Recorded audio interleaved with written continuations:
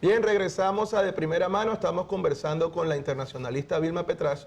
Vilma, quedamos en lo de, bueno, viene un nuevo congreso que es el 116. 116. ¿Podrías explicarnos más o menos cómo va a estar confeccionado y qué se puede esperar? Bueno, obviamente, mira, ¿por qué es importante el control de la Cámara? Y yo creo que la audiencia entienda que el gobierno dividido no es una mala cosa. Es decir, que una de las cámaras o las dos cámaras estén en manos del partido contrario al del presidente, es algo que pudiera ayudar, sobre todo en un país donde las instituciones se hicieron para tener frenos y contrapesos. Muy importante eso. Y también yo diría para generar esos controles necesarios y evitar que se acumule demasiado poder en un solo partido o en un solo grupo político. Yo creo que las instituciones en los Estados Unidos se diseñaron de esa manera. Es interesante ver que, por ejemplo, la Cámara, que tiene el poder de lo que llaman oversight, que es el poder de supervisar, de investigar. Bueno, ese poder estaba bastante neutralizado porque prácticamente el presidente tenía un control muy, yo diría, política e ideológicamente estaba controlando al Partido Republicano de una manera importante y lo ha controlado para muchos. Y entonces, ¿qué pasa? Cuando pasa del otro lado de la Cámara, es decir, al otro partido, se presenta la necesidad de balancear y de negociar y construir consensos.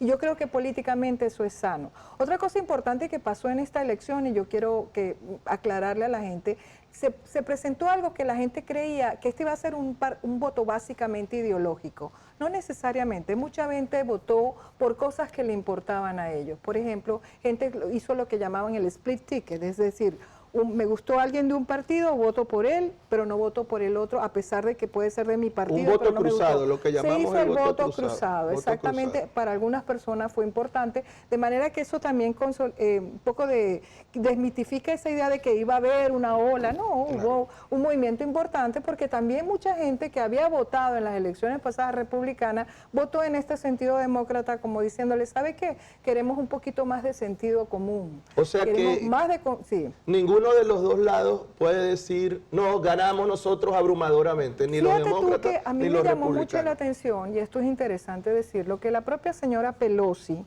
que como tú sabes va a ser probablemente la presidenta de la Cámara, la Speaker of the House, ese cargo es muy importante. La gente tiene que entender que ese cargo es el tercer cargo en la línea de sucesión. Si algo le pasa al presidente o al vicepresidente, es un cargo muy importante políticamente. Y es demócrata. Ella es demócrata, pero ella estaba bastante comedida. Cuando ella dio su discurso, habló de bipartidismo. Habló de trabajar con el otro partido. ¿Y qué es lo que hace el presidente? Recoge ese mensaje y dice, felicita a Nancy Pelosi, dice que lo merece y que va a trabajar bipartidistamente, pero que se cuiden si no lo hacen porque entonces nosotros vamos a ganar escaños. Es que los dos partidos ahora se están midiendo porque saben que necesitan tratar. Hubo un voto independiente también muy importante que determinó que se movieran, digamos los votos de un lado o de otro. Los independientes son muy importantes, son gentes no alineadas a ninguno de los dos partidos y que de repente, en este momento, no quiere jugar el juego de la polarización, que es un juego muy peligroso porque tranca el juego político y tranca la capacidad de construir consenso. Bueno, hay una representante, Maxine Waters, que se la pasa diciendo que ellos van a enjuiciar a Trump. Entonces, por un lado, fíjate, Nancy Pelosi dice, no, vamos al bipartidismo. Por otro lado, una demócrata dice que enjuiciar a Trump. Ahora, ¿cómo ves la lectura ahí del propio partido demócrata? Interesante que tú lo estés diciendo porque ganaron dos partidos demócratas. Un partido demócrata de la resistencia, que es radical, donde está la señora Maxine Waters y está la señorita Ocasio, que acaba de ganar en el distrito, creo que 14 en Nueva York. Es la mujer más joven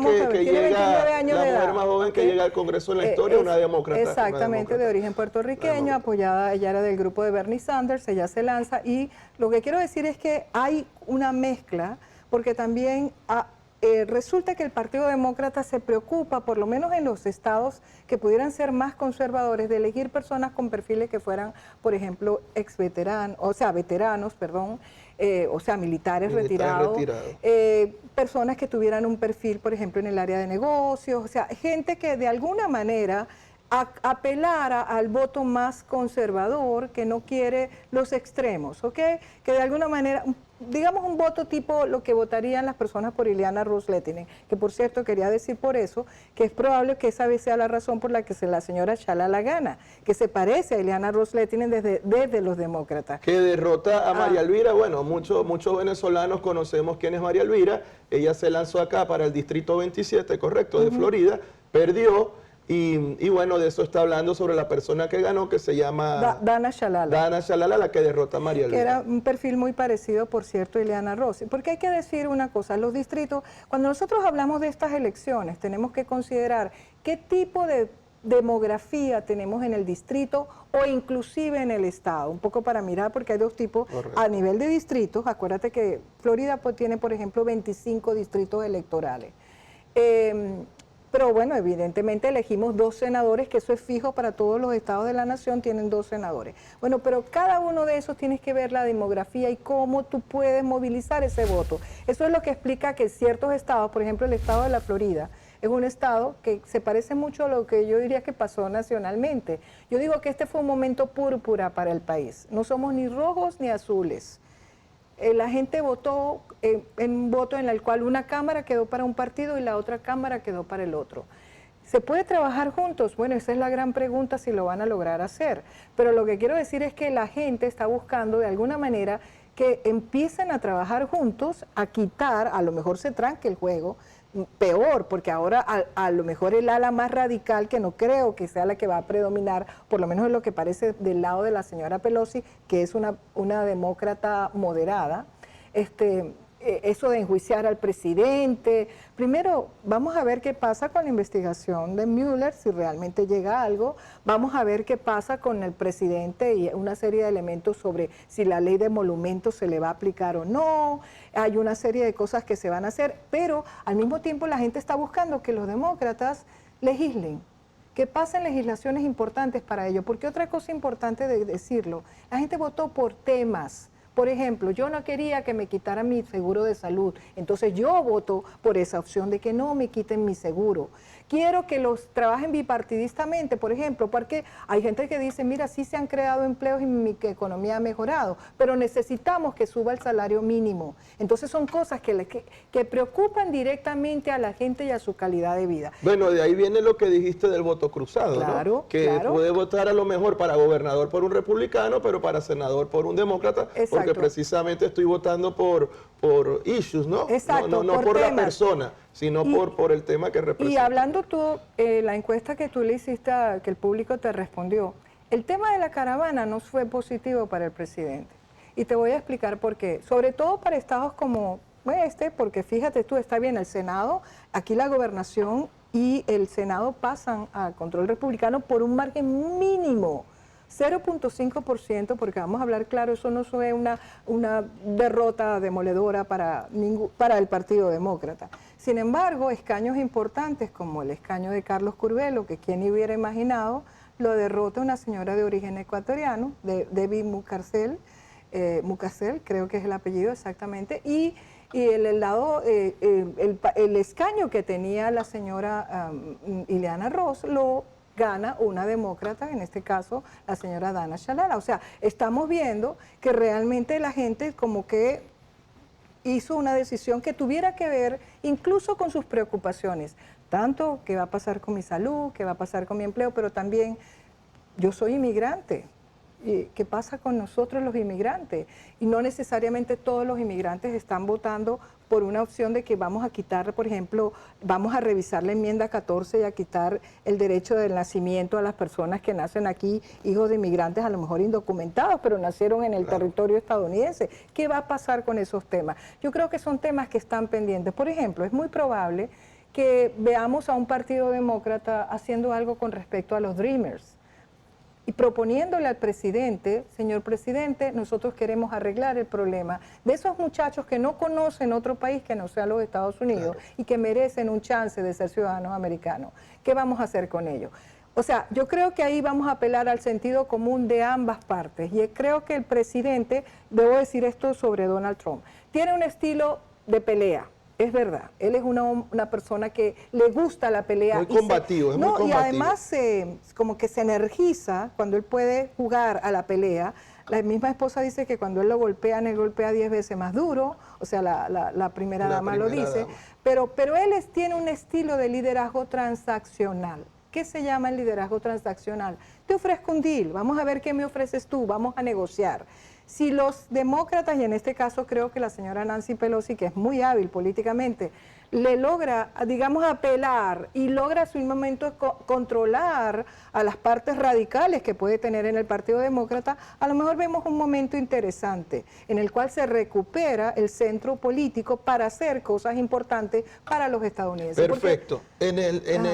Ahora, en el ámbito internacional, para los venezolanos, que la mayoría de los que nos ven son venezolanos, ya dijimos que bastante difícil que enjuicien a Trump. O sea, se tendrían que dar muchas variables un poco extraordinarias para que eso sucediese. Sí. Ahora, con respecto a Venezuela, a la famosa injerencia humanitaria o algún movimiento militar para derrocar a la tiranía genocida, ¿cómo ves? ¿Esto influye positivamente, negativamente? ¿Esto deja el tablero igual? Y ya esto sería el final de la conversación. Mira, ¿Cuál sería tu opinión? Acuérdate que obviamente una operación humanitaria, yo creo que primero Estados Unidos no va a intervenir unilateralmente, yo creo que tú mismo lo has discutido en tus programas. Si se da una intervención, tiene que ser una intervención coordinada entre varios gobiernos de la región. Me pareció interesante que el embajador de Colombia en Estados Unidos hablara en su momento de la posibilidad y que sobre la mesa estaba la oportunidad de una intervención humanitaria, pero yo creo que en general se está buscando, como te dije, una solución a una problemática que ya se ha convertido en una problemática regional, en muchos sentidos inmanejable para ciertos gobiernos en concreto, pero Estados Unidos no va a actuar solo. Y creo que el gobierno de Trump tampoco le interesa meterse solo en el problema de Venezuela. Como te dije, si lo hace, lo va a hacer mancomunadamente con otros países de la región. Vemos a gente, personas, individuos dentro del gobierno. Fíjate tú que con este tema de la frontera, el propio Pentágono le dijo al gobierno, no, nosotros no nos vamos a poner a tener campos de detención en la frontera. O sea, el propio gobierno, no estoy hablando de que sea el Congreso, gente dentro del Ejecutivo, dentro de sus propios departamentos diciéndole al gobierno, espérese, presidente. A Trump. A Trump, al presidente que además es el Commander in Chief, el comandante en jefe y tiene esa potestad. Pero dice, no, señor presidente, le tenemos que aconsejar que eso no lo podemos hacer presupuestariamente y tiene una serie de riesgos para la nación. Obviamente Mattis es un individuo que al presidente no creo que le termine de gustar del todo y él lo ha criticado inclusive. Mattis es el secretario de Defensa. Incluso ha dicho que él cree que Mattis es demócrata, cosa que yo no creo porque Mattis no se ha pronunciado por ningún partido, pero Mattis es un individuo bastante comedido que le ha dicho al presidente varias veces, presidente, está bien pero no nos excedamos, está bien pero vamos a aguantar un poco. Y yo creo que en ese sentido el tema venezolano es parte de esa negociación. No se va a intervenir unilateralmente, definitivamente. Perfecto, perfecto. Bien, Vilma, gracias por aceptar la invitación a mi programa. Siempre es un placer compartir contigo diferentes temas. Gracias. Y de verdad que, bueno, espero tenerte muy pronto de nuevo, ¿no? Okay, y ojalá te pueda tener en pocas semanas cuando Estados Unidos haga un movimiento militar para derrocar a la tiranía genocida, que aunque parece lejano por tu conclusión final, como te dije, todo es posible. Como te dije, puede ser, pero mancomunadamente, no unilateralmente. Todo no es lo posible. creo. Así es. Bien, amigos, fue la profesora internacionalista Vilma Petrasch. Ya regreso con el abogado defensor de los derechos humanos, José Amalio Graterol.